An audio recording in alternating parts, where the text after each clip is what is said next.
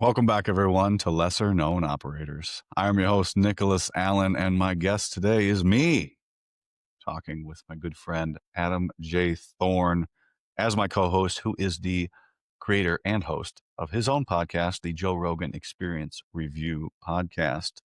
I am an occasional guest on his show where we review Joe Rogan episodes that both of us have some interest in.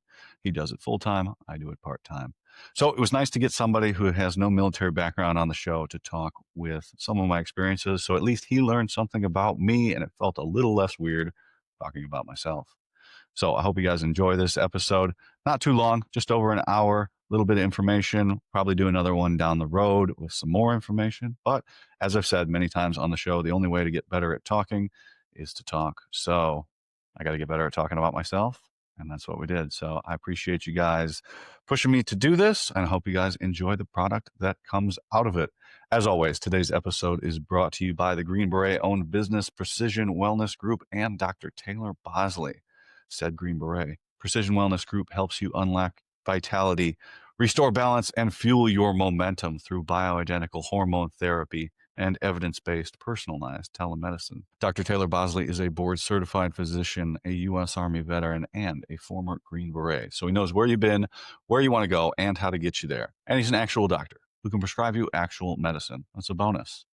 So if hormone replacement therapy, testosterone replacement therapy, peptides, TRT, HRT is something you've been thinking about for a while now, or just looking into, look no further than Precision Wellness Group and Dr. Taylor Bosley in Southern Pines, North Carolina, in person and telemedicine. Use code LKO20 on your consultation paper to save 20% on said consultation. Today's episode is also brought to you by the other Green Beret-owned business, Alpha Elite Performance, alphaeliteperformance.com. To get your supplements for the gym, I recommend the pre-workout pipe hitter. Works for me in the gym every day. Use code LKO15 at checkout to save 15% on your order. I do appreciate you guys. Please remember to like, subscribe, share, comment, pass these episodes along. Thank you for listening, and enjoy the show. Adam Thorne is here Hello, to sir. interview me on my show, Lesser Known Operators. So thank you for coming on, brother. I appreciate you. Pleasure. Good to be here. Yeah, I come on your show, the Joe Rogan Experience Review Podcast, every now and again, and we don't even review the episode. We just talk about conspiracies and opinions and all the other things that go on during the show, and then all of a sudden the hour's up. So now it's time for you to come on here and burn an hour with me. That's true. Well, we do usually review some of it, but it is a lot of, I don't know. There's no real instructions for my guests, so we can talk about whatever we want. Yeah.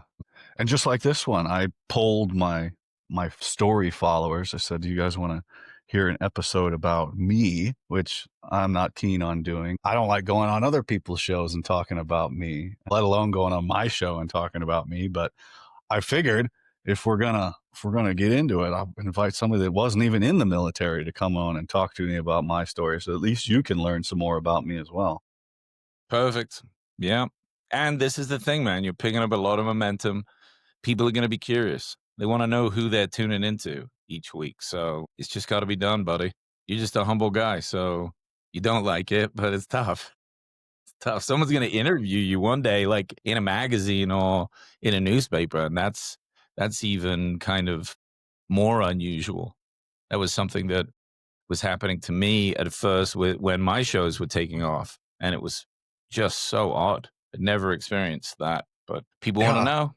They do, and that's fine. I mean, people support me and like the product I'm putting out. The least I can do is talk for myself about myself on the platform for a little bit. I got my fluffy Frenchie down here, and I got a regular one over there, and got some protein shakes. So we'll just chill out and just be relaxed. Because I'm pretty uptight on other people's shows about my story. Because there's always this thought of like, don't get pulled too far into the question. Don't say anything that's, I would never on purpose say anything that wasn't true.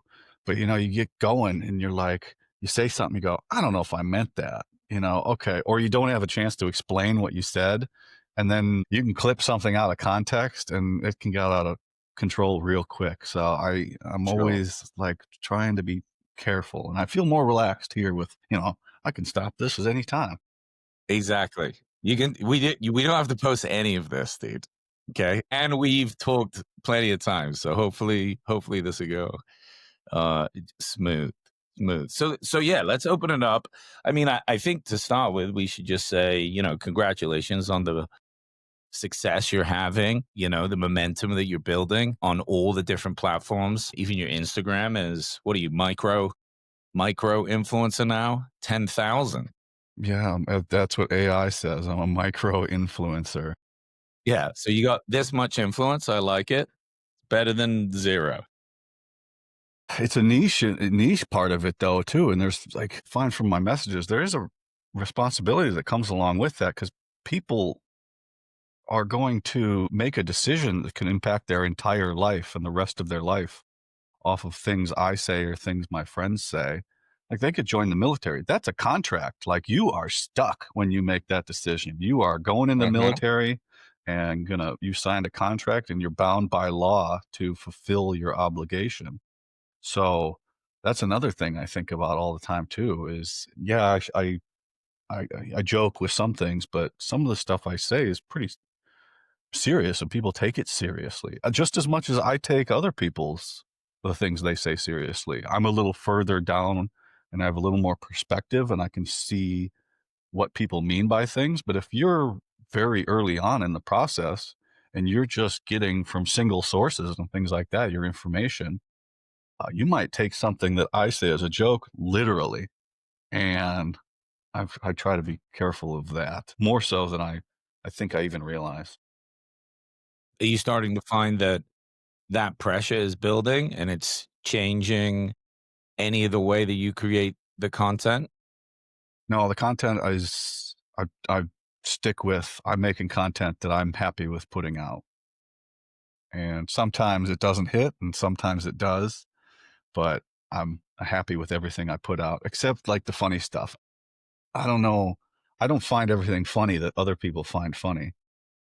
So I got to guess on that a lot. It's like, oh, I think people will like this one. Man, right now it is killing me that my number one reel is about to pass 650,000 views, and it's a hot dog being wrapped in ice cream and me making fun of the Navy. And I'm just sitting watching the views go up, and I'm like, what have I become? I'm a I'm a dumpster comedian making dumpster humor on Instagram, and like some of the meaningful stuff that I make, it's a couple thousand, few thousand reels, and sure enough, some soft serve ice cream around a sausage is getting the views right now. So some of Well, the let me ask you this. Why did you make that one? What was it about that you were like, "Yeah, I'll put this out." it gets the most views and the most engagement. So if I get the most followers from the funny stuff, because you got to draw people in, you got to hook people, and sometimes the content is I see. So you already knew it would do well, but you I think it's no, I silly. never know that they're gonna do when they go nuts like they do. I never know. That's why I put them out because I see okay, some stuff will just die right away, and some stuff will be big.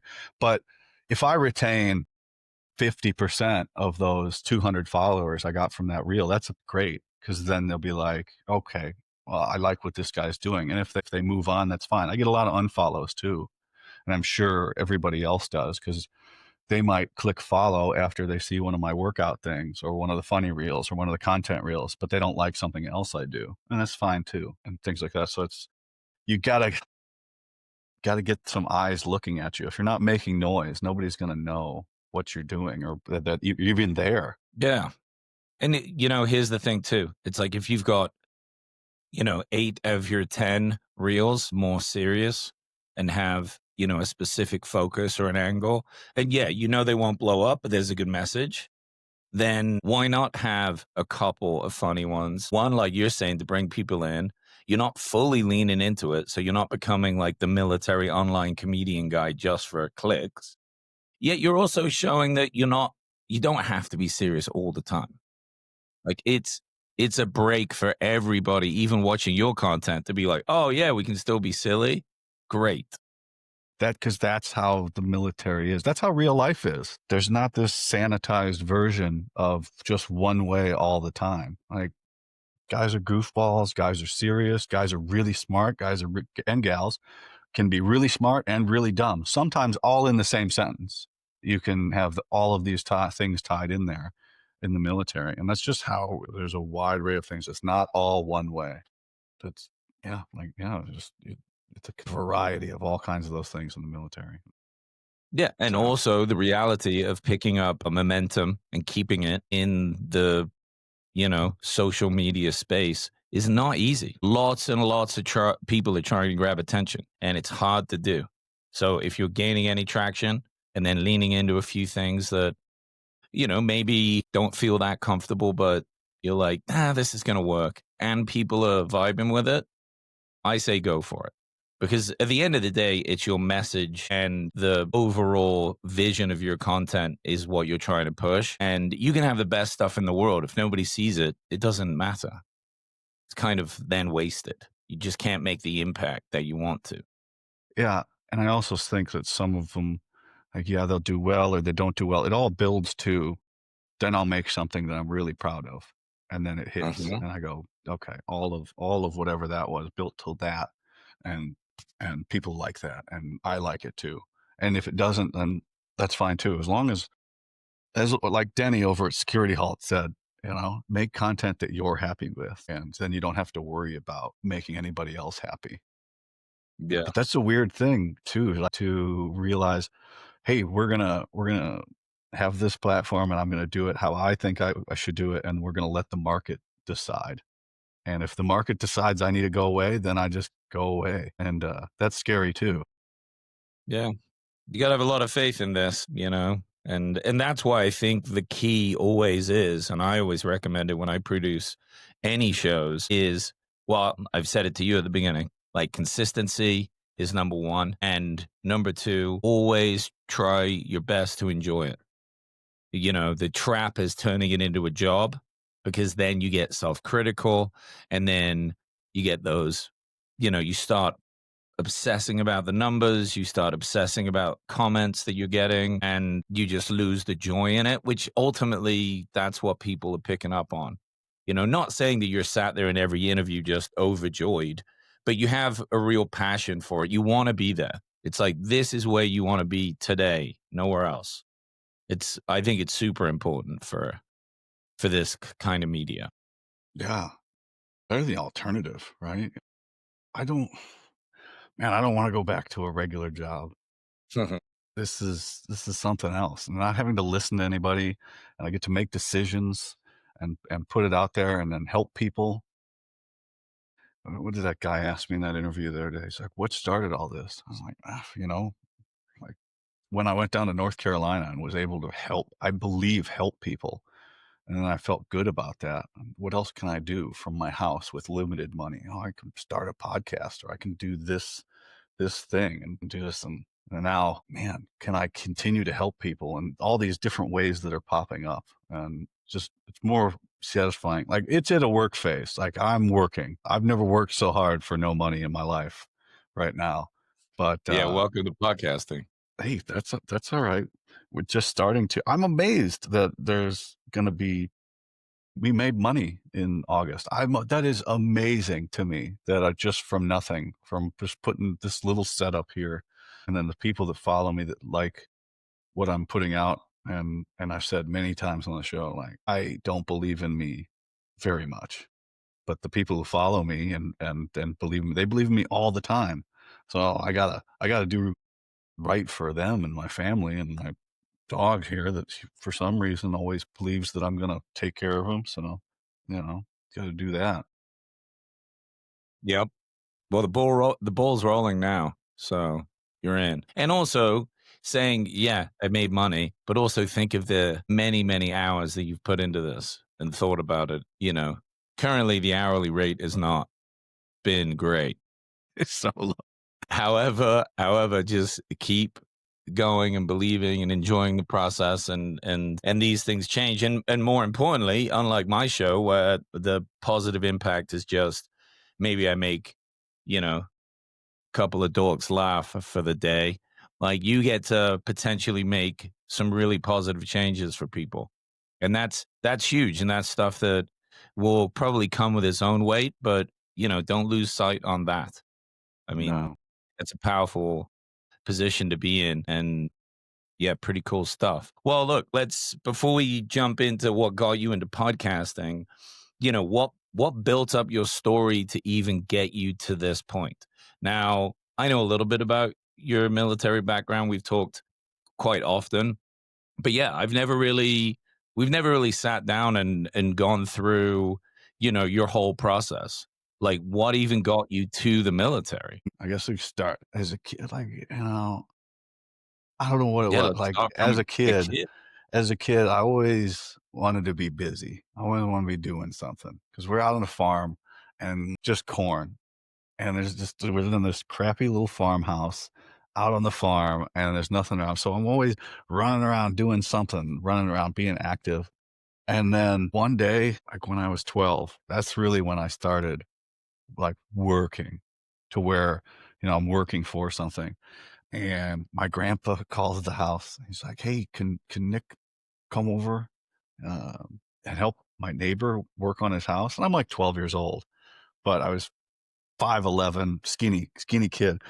And so I go. He comes and picks me up, drops me off at the neighbor's house, and I work all day with the guy. And then I come back the next day, work all the day with him again.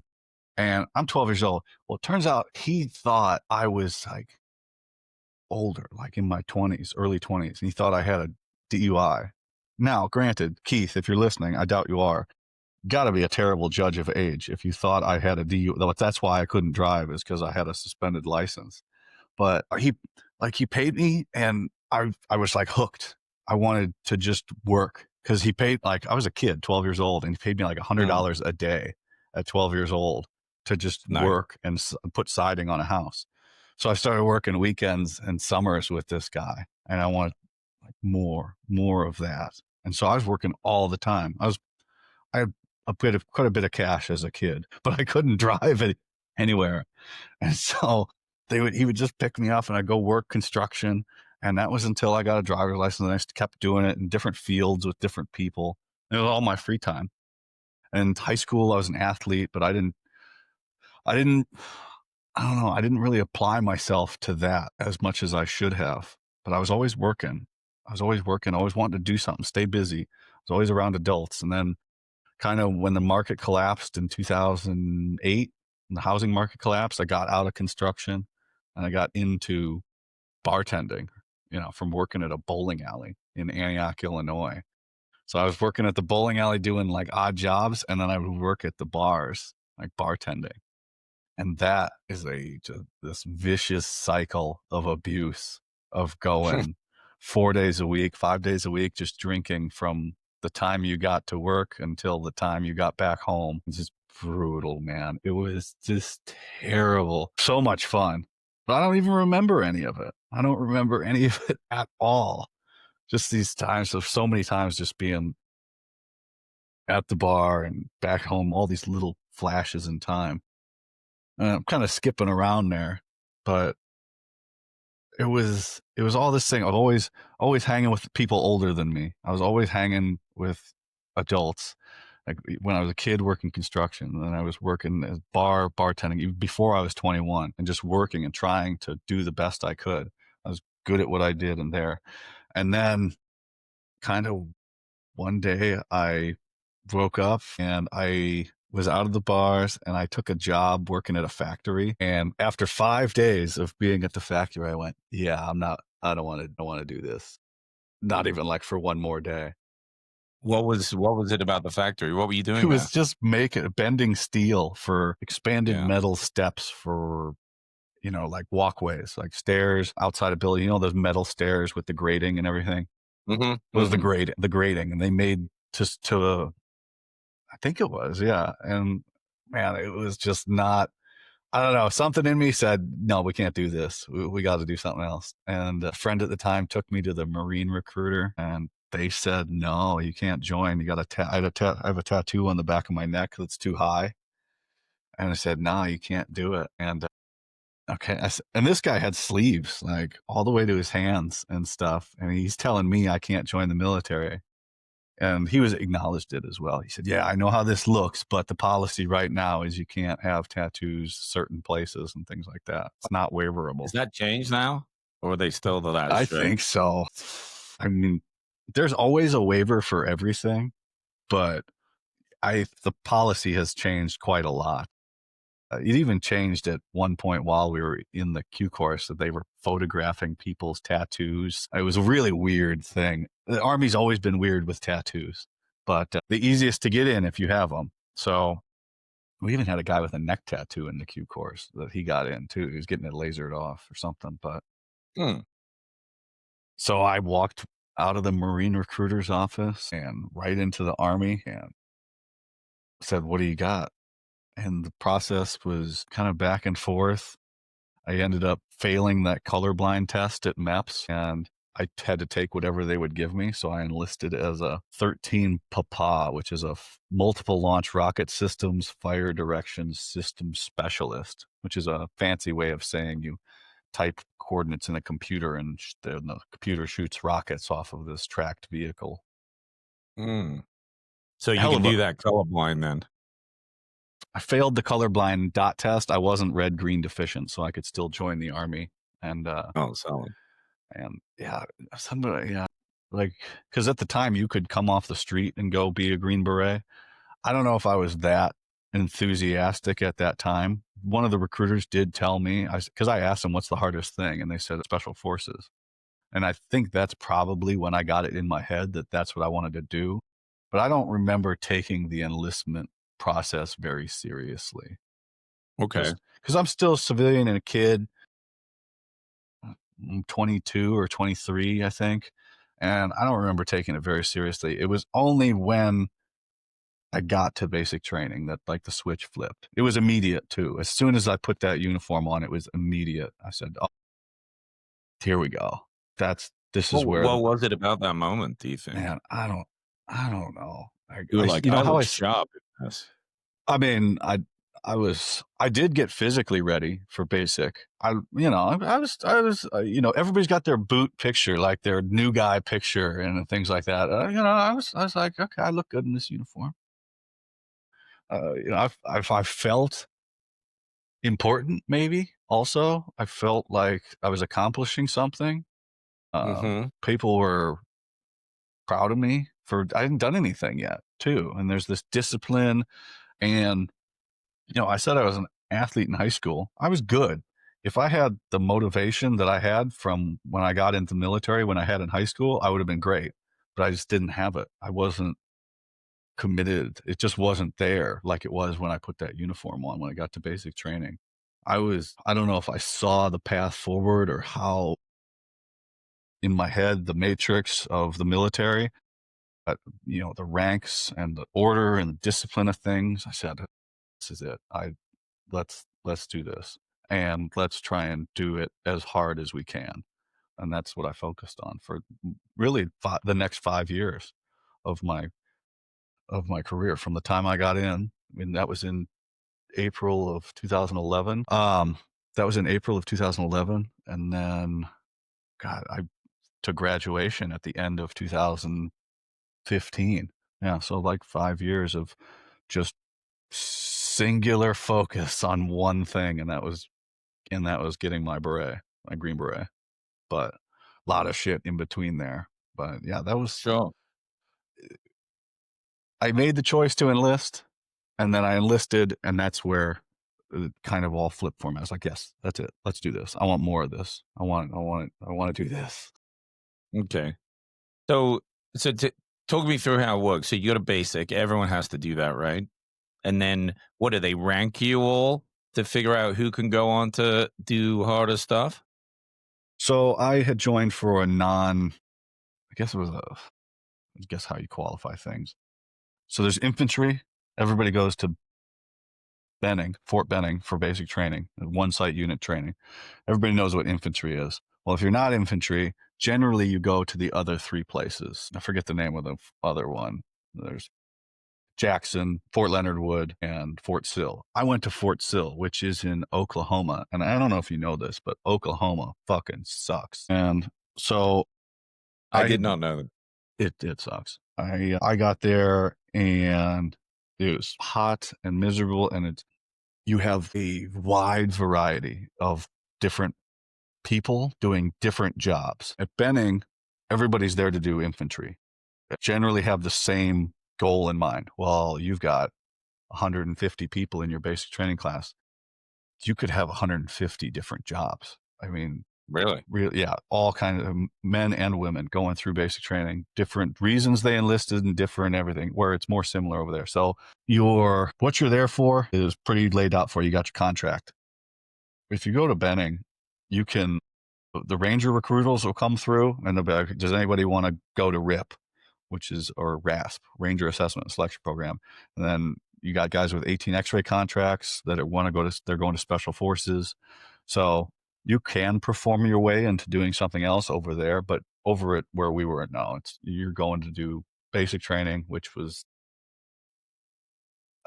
not anything special to me. And I would venture to say that everybody I went with would say it wasn't anything special either. It was not a tough time at all compared to even my buddy who went across the street.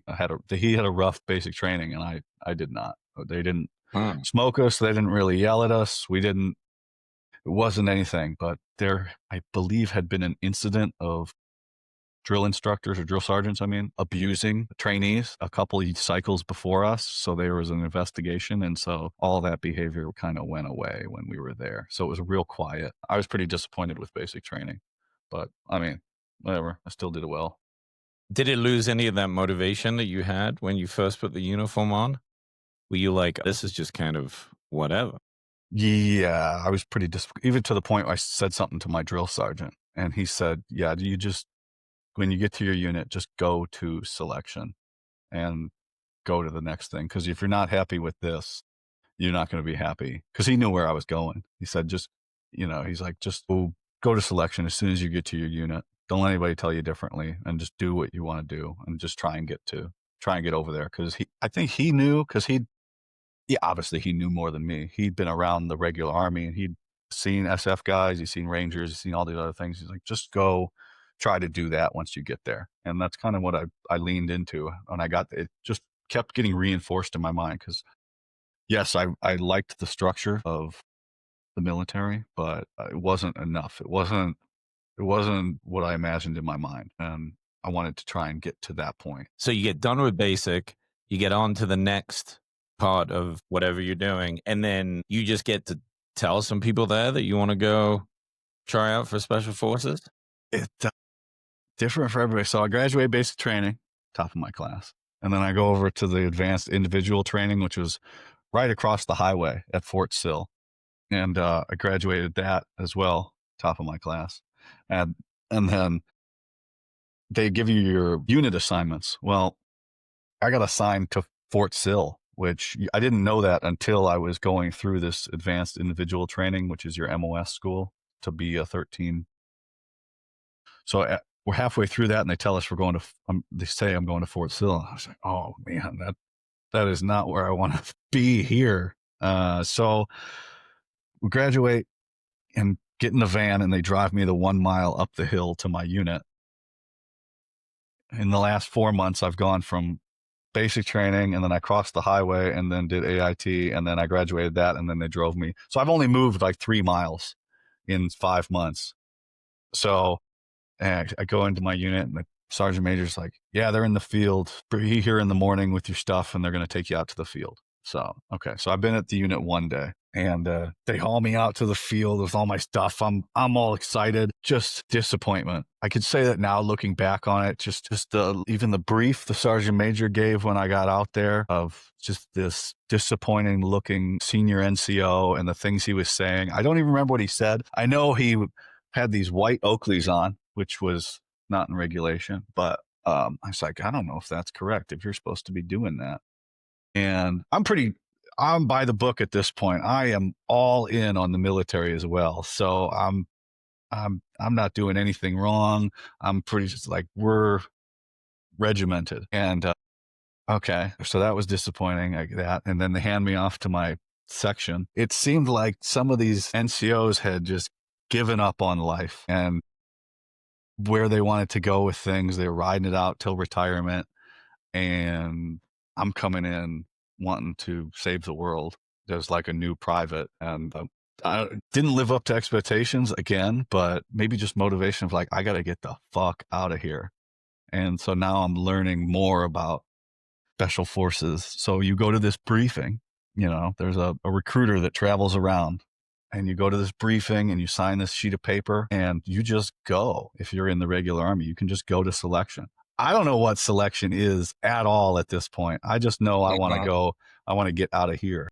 And so I went to the brief. I watched their little video after we got out of the field, and I signed the paper. And that was it. Like, I went back to my NCO. I said, I need to take a PT test.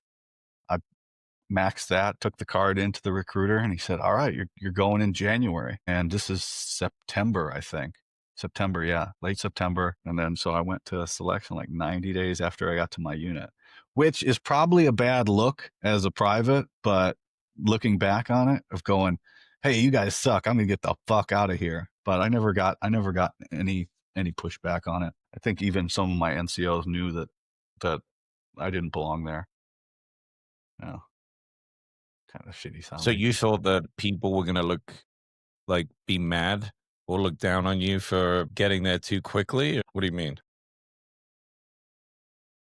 People have opinions about SF in the regular Army, or because of their experiences with people, or they went and they failed, or they went and they quit. So you never know how people are going to treat you if you want to go better yourself. The regular Army is not a place for high achievers. If you want to do better, the regular Army will not lift you up. It will pull you back down. People can argue with me on that and debate me. Now, when I say the regular Army, the vast majority of the Army as a whole, there are units that are pretty squared away that will support you and help you out, and you will progress and become an excellent leader. I don't believe that's true of the vast majority of the military. Not all soldiers are great, and the military is very, very easy system to be successful in. All you have to do is show up at the right place, the right time, the right uniform, and not get a DUI for the majority of your career, and you're going to get promoted. You're going to become a leader. And whether you learn how to do that or not, you're going to get promoted. You're going to be in charge of people. And some people never learn it, and that gets passed on with good leadership and bad leadership. So I don't know if I recognized that early or people told me, but I was like, okay, there's got to be something else. And I was like, I got to get the fuck out of here.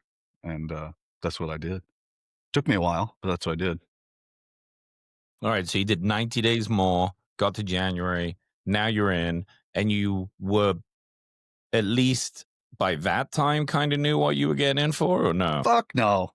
I didn't know jack shit, man. I got to, there was how many months is that? September, yeah, October, I've only November? been in 4 months? They didn't tell you anything? Oh, no, they don't know either. The people at your unit, they don't know. So there was this documentary that came out in 2009. It was called 2 Weeks in Hell. And they followed around one selection class and made a documentary out of it. So I had watched that to try and get the info about what it was about. So I knew what selection was going to be like, but I didn't know what I was getting myself into. And that was in January. In November, the military tried to kill me by not treating. So I got a rare form of strep throat, and then that turned into a staph infection in my throat, in my mouth, on my tongue, and on my face. And the military, in their infinite wisdom, from just passing me on from person to person, like, oh, you need to go see this person, you need to go see this person, we can't treat that here, you're fine. I got that quite a few times. You're fine, there's nothing wrong with you. I couldn't eat. So I'm pretty convinced that there was a plot to put an end to my life, whether they were aware of it or not, by just not treating or not acknowledging that I was very, very, very sick until they absolutely had to. Yeah, I got this. And for about 2 to 3 weeks, I got so sick that I couldn't drink water. I couldn't eat. I couldn't train anymore to get ready to go to this. I mean, infections are brutal, man. It's pretty bad. I know him from jujitsu, and I've heard stories of like it took him out in a big way, fast too. Yeah, one of the medics said, "Man, you're lucky you didn't die Mhm. because it was all in my throat and on my tongue. I couldn't talk." At one point, one the specialist, this was a medicine specialist, a civilian, and she said I had, I think, herpes or syphilis, and I couldn't talk, so I couldn't refute what she was saying, and they were going to test for that. And I'm like in so much pain. I'm crying. I can't eat. It was bad. It was bad. And the only way it got fixed after several visits to the hospital was they started giving me antibiotics. My buddy came to get me from my apartment, and he's like, the TV was on over there and you're staring at the wall over here. And I was hallucinating because I hadn't had anything to drink or eat for days, and I'm like hallucinating, staring at the wall and talking about shit that's not happening. And he scoops me up, takes me to the hospital, and man, and that even got weirder experience after that. He tells it so much better than I do. They put an IV in my arm and they took the catheter out. So it was just an open vein and there's blood squirting out of my arm at one point. And like I'm getting ready to pass out. And I thought during this whole time I'm dead. I thought I had died and went to hell. And it was a very weird experience. So finally, they figure out what's wrong with me, start giving me medicine, I start getting better. And this was getting into December now. And I've lost all of my train up, all of my physical. So, because from August or April up until November, I was ramping up in fitness and cardiovascular and everything. And then all this happened, I lost all of it. And so I believe I overtrained trying to get some of it back prior to going in January, and it wasn't possible. And I think I injured my knee before going, and then when I got to selection, I I think I twisted my ankle or something, and that wrenched on my knee, and I walked my leg until it wouldn't bend anymore after about a week and a half or 2 weeks of selection, and I got med dropped halfway through, a little over halfway through. So I failed my first time through. Right. So at this point, you've been sick for all that time. You went through that whole ordeal, which sounds mentally quite taxing. Then you get over there not prepared because, how could you have been, especially being that sick? How were you feeling at this point? I felt like the fucking loser, man. I still feel like a loser. I graduated and got my beret and my tab and had a career and got medically retired. I still feel like a loser because of that. From that moment? Yeah, it's never gone away. And that's why I was telling you about wording and things like that. If people like, "Oh, you guys word it like this." Like, you don't fucking know. Like, I'd never hate on anybody for going and trying and failing. And fuck you if you're gonna hate on somebody for failing. I have so much empathy for people that go to selection and don't make it. If you go and you quit, that's one thing. You got a good reason to quit. Like this ain't for me. Like I thought this was for me, and this ain't for me. And you're like, nope, that's fine too. Or if you're just like some, but no, I'm not going to hate on anybody, man. I felt like a loser and I still feel like a loser because of that. Because I got pulled, I couldn't make it, and turned out to be the best thing that could have happened to me. Yeah. Well, look, man, if you don't hate on others for doing it, don't hate on yourself. I mean, you made a good point. It's like people that try and don't get there, I have so much respect for that, whether it's in business, stand up comedy, which is something that I did. I mean, what I actually get frustrated with is the people that said, oh, I would have liked to have tried that and never did it. Sure, they never failed, they never dropped out, they never quit, but they didn't even start. And that's a whole different ball game. And they don't have to carry much guilt with them either because they didn't even try. Yeah, there's a positive to it also, though, right? You know, you can't be hard on yourself. Yeah, you should be. I think you should be hard on yourself because if you It's really a good want something, motivator. then you can't let that go. I don't think that's why I haven't let it go. It still is this thing that motivates me, even though I already got over it. I already overcame that loss. and came back stronger the second time and absolutely crushed it. But it's only because I got pulled the first time. I couldn't use my leg, and I, man, I was ready when I came back 8 months later to do it. I was ready to rock and roll. 7 months later, ready to rock and roll. I mean, there was no doubt. I knew I was getting selected, and when I sat down in front of that cadre, he knew that I knew that he knew also, because he was a smartass about it. He tried like, man, I wish I could remember this dude's name. We called him Black Will Ferrell because he had hair just like Will Ferrell. He's a black guy. He's trying to be smart about it. And I was like, you can, Sergeant, you can just give me the sheet of paper. And he goes, oh, you think you're pretty good, huh? I was like, I know I got selected. And he's like, congratulations, you got selected. He's like, get the fuck out of here. That's the And kind of confidence you want, though, from people that are getting selected, I think. I didn't have that the first time through. I was confident, but when I went back, there was no doubt, and that's all because that shit happened the first time. I had Mhm. that driving factor, and then I spent more time at my unit. I had this. I understood how the section of the military even more worked because of the job that I had, and I realized I didn't want that even more. And then a comment that a sergeant major made to me after the day I was leaving to go back. He's like, if this doesn't work out this time, no more of this nonsense. Come back and get to work here at 25th Fires. Or, yeah, I think he said that. And I walked out of that office. I said, I am not coming fucking back to work for that guy. And, and I didn't. I said, so I went fully focused.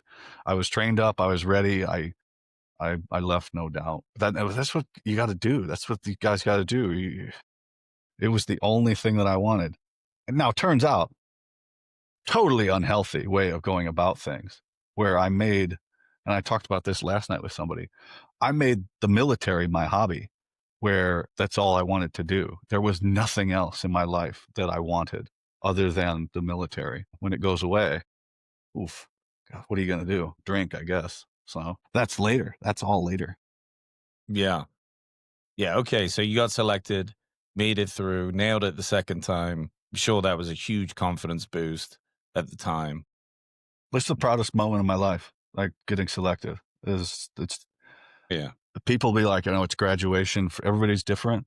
I I I thought getting selected was I was more proud of myself. I was prepared. I did everything to get to that point because selection is the only point in the whole pipeline you don't know what they're looking for while you're going through it. You don't know. There's no literature out there about what they're looking for.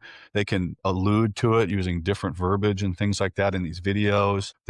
You have to run a 5 mile in this time. Your PT test has to be this score. Those are hard gates. Everybody knows that. But this factor, you don't know. And I poured everything into getting to that point because after that, they tell you exactly what you need to do to pass. They teach you exactly what you need to do to pass.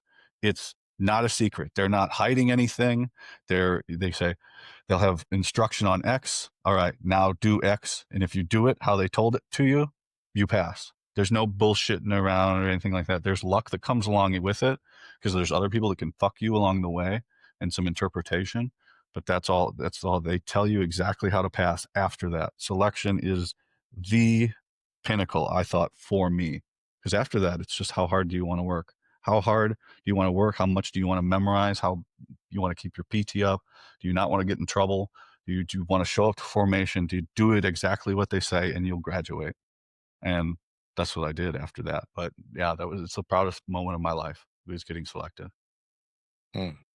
Not even close. Nothing else has been close, huh? Well, No, I can yeah, close that's a my beautiful eyes and be thing. sitting. I can close my eyes and be sitting right there. I lost a lot of memories from my headaches or injuries and all the other stuff, but I can be sitting right there. I can't name anything else but getting handed that piece of paper. I wish I had that piece of paper, man. I still wish I had it. It might be somewhere, but yeah, that's that was made like what an accomplishment, as a kid to set a goal that other people can't do, that other people think they can't do, or that you thought you couldn't do, and then to do it and to get it. And then the course was just another, all right. Everything after that was harder than selection was, but it was just a thing to check off the box. And like I said, they tell you what to do, how to pass it. They teach you what to do. It's not a secret. You just have to execute and memorize things, not be a douchebag. That was cool.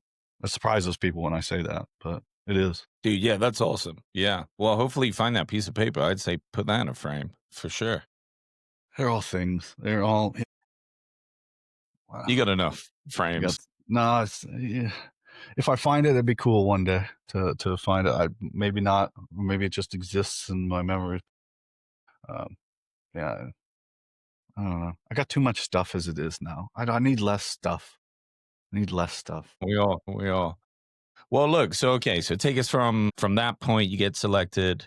Now you're doing all these other courses. They're training you up. They're telling you how to do it. You're in a rhythm. And then what got you to, I guess, the injury that took you out of it? And then what was that transition? Because like you said, you're all in with this. Yeah. You know, I would imagine that there was some sort of identity crisis moment you had when you're on the other side of that. So when I got into selections, kind of a solitary event until team week at the end. You got to work as part of a team. They want to see how you interact with other soldiers and how you lead when you are given the opportunity and things like that. And I'm not going to say that, but they judge you in different criteria. And that's over. You go into the Q course, the qualification course, several different phases, and they teach you your job. There's a leadership school at the beginning. When I went through, there was this introduction to unconventional warfare, which was like a surprise selection that they had jammed in there. That dropped a lot of people. And then small unit tactics, where you're learning infantry tactics, working as a team, leading a team, things like that. And then you go to SEER, which is survival, evasion, resistance, and escape. That fucking blows. I'm glad I never have to do that again. And I hope I never have to do it again. I guess if they start nuking cities, we're going to have to do it. But yeah, so everybody goes through SEER. Everybody has their own experience. That's all I'll say about that one. But then you go to MOS. So almost all of the Q course, I was kind of middle of the pack. Everybody's a high performer. Yeah. Everybody's a certain level of intelligence or higher, and up to, you'll run into guys who are like, oh my God, this dude makes me look like an idiot. You'd run into people like that. So I was kind of floating around middle of the pack for most of the qualification course up until we got to MOS phase, so I was going to be an 18 Charlie, which is a engineer. My background's in construction. Beautiful. I picked it because it was the easiest way for me to graduate. Build stuff, tear stuff down, explosions, some logistics, but they don't teach you any of that in the Q course. Construction, I was like, okay, this is me. And then the explosives, they teach you everything. It's basic math and things like that. You just have to memorize. It's just memorization and application. So we get into the Charlie course and we're sitting there. There's 50 of us. First day, we're all in the classroom, and this master sergeant walks in, and maybe it wasn't. No, master sergeant comes in and gave us a brief, and he left. We never saw him again. And the NCOIC, which is the non-commissioned officer in charge, the guy in charge of us for that phase, he just says, who here has the most experience? And all 49 of my buddies dimed me out and pointed right at me on day one. And I go, that guy. I said, well, fuck you guys too. And he calls me up to the front. I'm a specialist ward at this point. I've been in the Army this is 2014? No, 13? Yeah, 2013. So I've been in the Army for 2 years at this point. But he starts asking me questions. We start drawing stuff on the whiteboard, and he's asking me about this, and he's asking me about this. And I said, no, I would do this construction stuff. And he goes, all right, you know what you're talking about. And he kind of disappeared for a lot of the instruction block. He would give me stuff to help the guys out with. But man, while we were in the Charlie course, I was the best candidate in the qualification course, because I rose to the occasion. That dude would just give me the instruction, and I would teach or assist teach throughout portions of the Charlie course, or at least the construction phase. And I was in my element. I was like, this is awesome. I was loving it. That continued on through the rest of the Q course for the next year, I think, or so that we were there. Turns out that guy may have had a drinking problem, and that's why he disappeared. But allegedly, is kind of what I'm told, is he kind of had let some of his problems get the best of him, and he had done that with other classes before us, where he found the guy who was the most experienced in construction, put them in charge, and had them kind of give the blocks of instruction for the course and things like that. So whatever, it worked out well for me. Nobody fucked with me for the rest of the whole, like in the rest other year I was there, like at all. Like I Nice. did well in that section, and nobody fucked with me. I wouldn't say the rest was easy. It's just I knew I was going to graduate after that point, because I killed it when they shined the light on me, and sometimes that's kind of all it takes. And I had this confidence coming out of that of, yeah, I can do this. I'm teaching these students how to do these things that I've learned back in this previous life. And so we graduated that, and I got those same buddies that dimed me out on day one of the 18 Charlie course fucked me hard for Distinguished Honor Graduate. So at the end of the course, you have to vote for your Distinguished Honor Graduate and Honor Graduate for your class, right? And they all, not all of them, enough of them, through the guy that assisted me. I might edit this part out. We'll see.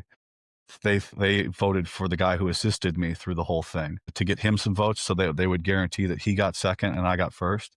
Well, more of them gave him votes than they gave me, and he got Distinguished Honor Graduate and I got Honor Graduate. And I was like, I went to all of them. I went, because you're all pretty close at this point, and this was a serious. This isn't me like, wasn't me mad at them. I just went over to him like, you fuckers. And they're like, man, I'm sorry. We didn't mean for this to happen. We were just trying to make sure you were one and he was two. And I'm like, you fucking pieces of shit fucked me. I took care of you guys this whole time. So that was the only like non-serious blemish that came out of that whole thing. It was a lot of fun. I learned how to blow stuff up. I taught people how to build things, and I did well, I think. And there was never an issue during that phase of the course of if was I going to fail or not. I was the best there during that, and then I just went back down the middle of the pack for the rest of the course. No fun stories for Robin Sage. That's the big exercise at the end that everybody has to go to. Again, the cadre, I went out the first day on the first mission, and then I never left the camp again. Everybody's got fun stories of going out and shooting the machine gun in public down in North Carolina, out and scaring people and stuff.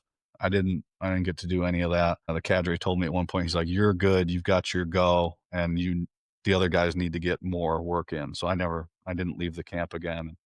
And then you go into language, and you do 6 months of language, and that's the phase where it's pretty much on you to not kick yourself out of the course.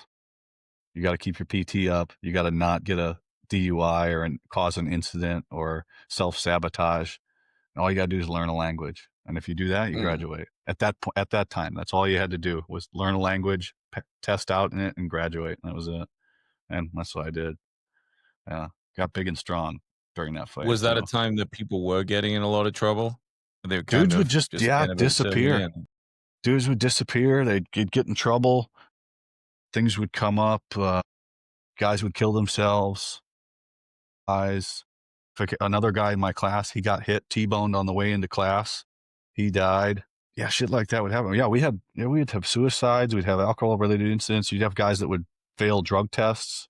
They'd haul us all in at like 2 a.m. Thousands of students at that time. It was big classes back then, all the classes. And these mass drug tests, and then the next day there'd be these people lined up in the hallway of the administrative building getting relieved or getting kicked out, or administrative action sent over to the 82nd and shit like that. So yeah, anything that you can think of for 18 to 20, no, even God, we had some guys in their late 30s and 40s.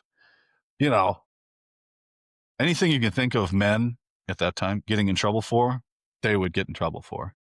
And it's not like we may have be better equipped to do that job, but we're not immune to making bad decisions. And Right. most Yeah, of I us can imagine. just didn't get caught, allegedly. Yeah. All right. So you finished up with all of that. Then what was next for you in this process? That's like there's no more. I guess you're always training, but there's no more like courses you have to Yeah, do.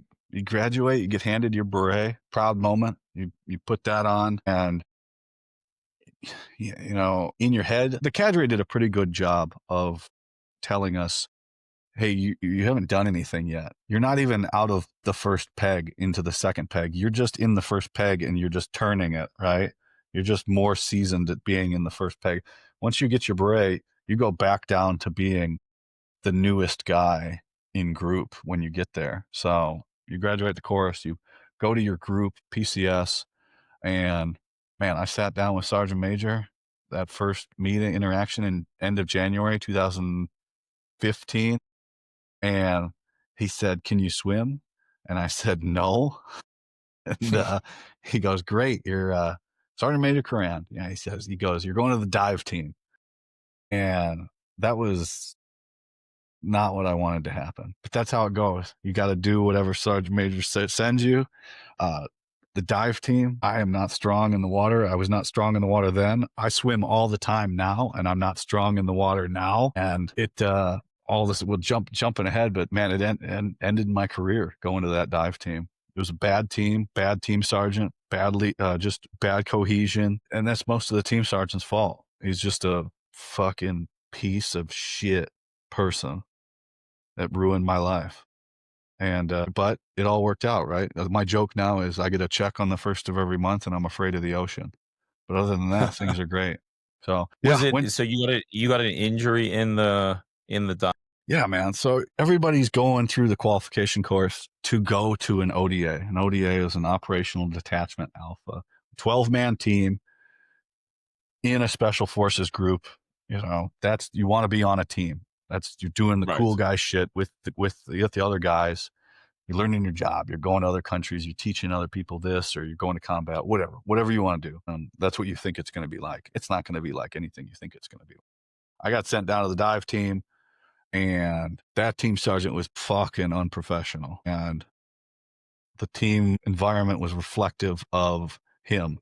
The team sergeant, dictates how everything goes on that team. And we got in a new captain as I got there, and that team sergeant was not going to be pushed around. And I'm not. There's only one person I'll bash on the show at all. Like even some of the other people that I don't like, I won't bring them up. That dude is a fucking piece of shit. And people tell me that people reinforce to me how much so he was all the time. So I don't forget about it because people will say, "Oh, were you on 3-5?" And I go, "Yeah." And they'll go, and they'll tell me stories about him as well. So he shouldn't have been there. And it was just another kind of disappointing leadership thing that happened to me. So I got to the team in January of 2015, and our first training exercise was in April of 2015. And I got 2 concussions out on the ocean.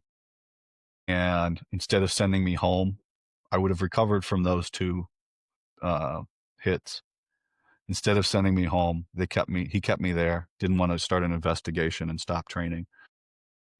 Uh, Pulled a door frame of a van into my face the next day, and I kind of spazzed out and I let go, and I fell off of the step in the van and bounced my head off the concrete all the way back to the concrete. Like it was just, yeah.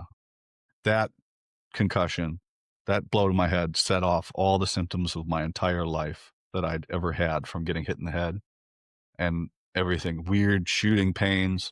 I started getting dizzy. We went to order food, and the guy said I just kept ordering the same shit over and over again. And I had this big bag of food, and then I started throwing up. So I got back to the hospital. They sent me home at one point. I went to bed for like 2 months. So severe pain in my head. And I didn't know it at the time, but I was never going to go back to an ODA. It was over. My time as operational Green Beret was over at that time. And you can go through all the shit that went wrong that day. We shouldn't have been out there. It's this picture right here. I don't even remember that picture being taken, but that's right before. It was rough. I can't wait to get somebody that was on my team to come on the show and go over the day with me that was out there. But there's only 10 people in that photo, and I'm one of them. So there's only 9 other people, and there's only 8 of them I would ever talk to. So I don't have the greatest of pickings of getting the people on to reaffirm the story. But yeah, it was a bad day, rough seas, and didn't work out for me. You think you could track any of those 8 down? Oh, yeah, I got one of them. I'm trying to get him to come on. I think that would be a great interview, man.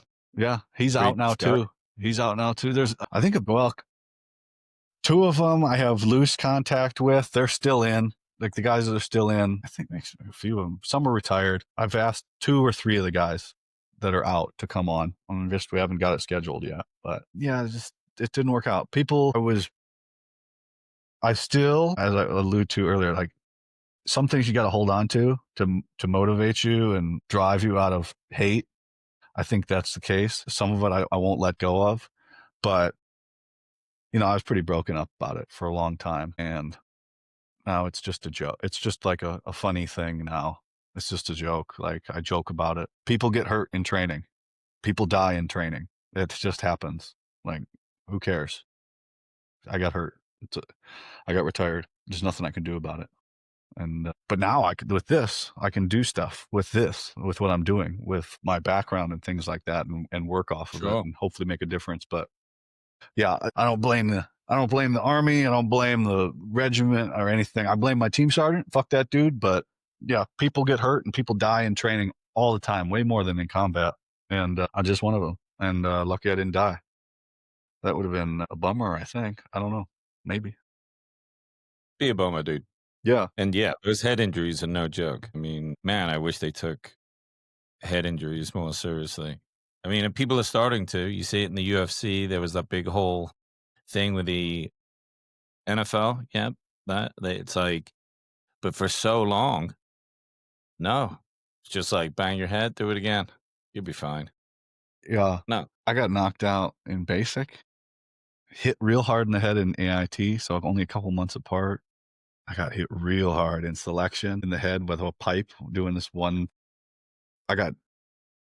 They send you to combatives. When I was a new private at my unit, they send you to combatives level 1. And I never been hit so hard. This instructor hit me it might not have been as hard as he could, but it was a perfect hit right in my chin, and instant the metallic pain in my brain as soon as he hit me. And that was like the first day, and that went on for a couple days. I remember being in just agony during that, because if you're healed up, that probably wouldn't have hurt that bad. But I had been hit these few months before a couple times, and so it was this cumulative effect. It was this perfect storm, maybe not even a perfect storm, but it was, as I said, a cumulative effect up until that day of what set all these things off. Because when I went to get all these scans and everything to see what was wrong with me, they couldn't find anything wrong with me from looking at it.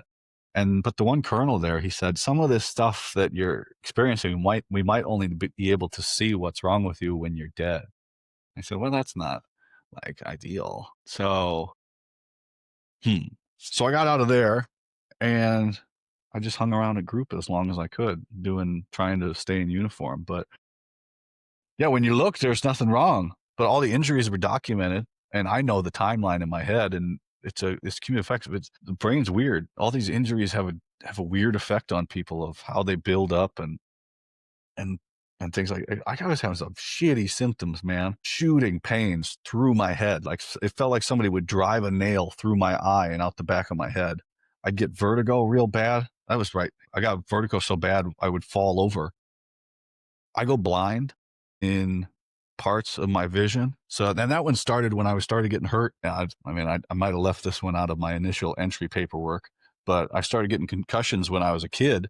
And I remember one time before going in the military that I lost my vision. All, like, if you were in my perspective and you hold your fist, I lost all of this right here. and it just was all gone. You could just see the peripherals, and I lost it all. And that's happened now 5 times since being in the military, and 2 times I completely lost my vision. So that's like a bummer as well in there. So I guess, am I healed all the way, or is it getting worse? Is it getting better? Is that something healing? So I don't know, maybe somebody else there. But there's also a self self-deprecating facet to it. Concussions, just like emotional problems, aren't real until you tell somebody about it. Like you can notice somebody's acting weird, but until they voice what's going on with them, it doesn't exist. And Mm-hmm. then you have to be okay with other people judging what you say. And so if I say I'm fucked up, same with mental health or suicide and all this other stuff, it's not real until you talk about it. And so you're always wondering, am I fucked up? But your head's fucked up. So this is the part that's controlling your regulation of, am I okay? I'm not okay. Well, you're lying to yourself, right? So you're trying to get the opinion of the person that's got a concussion or that's hurt and things like that. And so it's this weird perspective. You're trying to see, like, I don't have a broken leg. I don't have a broken arm. Those are easy to see that I'm hurt. With this, am I fucked up? I don't look like I'm fucked up. I still look like I'm big and strong and I can run. But I've diminished processing capacity and empathy and anger problems and things like that. It's yeah, I'm glad they're taking it more seriously, but it's torture, man. Having I can concussions. imagine. Yeah. I mean, and that's the unusual thing too, and especially CTE often leads to people being quite depressed or having an inability to regulate their own moods. And that's the unusual thing about emotions is we like to tie it to things that are happening in our lives. So you start feeling bad about something or you just feel down on yourself and you're like, oh, it's because of these things or because I'm a loser or because I sucked at this one thing that one time or because I don't have a lot of money. And often in the case of serious head injury, it's none of those things. Those things are happening, but you're just tying a value to it. It's just that your brain is injured and it's hurt and it's healing and it's not able to regulate. And that kind of can set off a process where people, beat themselves up and kind of reinforce these negative feelings. That's Yeah. why there's a lot of alcoholism with people that have had serious head injuries. Is that what happened? Oh, I just thought I liked to drink a lot. No. Well, yeah, obviously you said so much. Pair that with getting out of the military, the only thing I wanted to do, even now still. Right. Like that's all I wanted to do. Nothing like Nick, what's the success looks like next? I was like, I don't know. I accomplished everything I wanted to do in my life. There's nothing left Well, to here's the accomplish. interview. Let me Huh? ask, what is it now? Because you're on a different trajectory. Now, it still has elements of the military, of course, and you're getting more and more access to different people in the military to interview and will continue to do so. What is your vision with this? It's a strange answer because I failed to bring this up in the episode that came out today on that other show because I was given strange answers. And now I don't know if there is an answer because I go from I believe in myself that I can take over the world to I'm the biggest piece of shit in the world 50 times a day. And I bounce in between that all the time.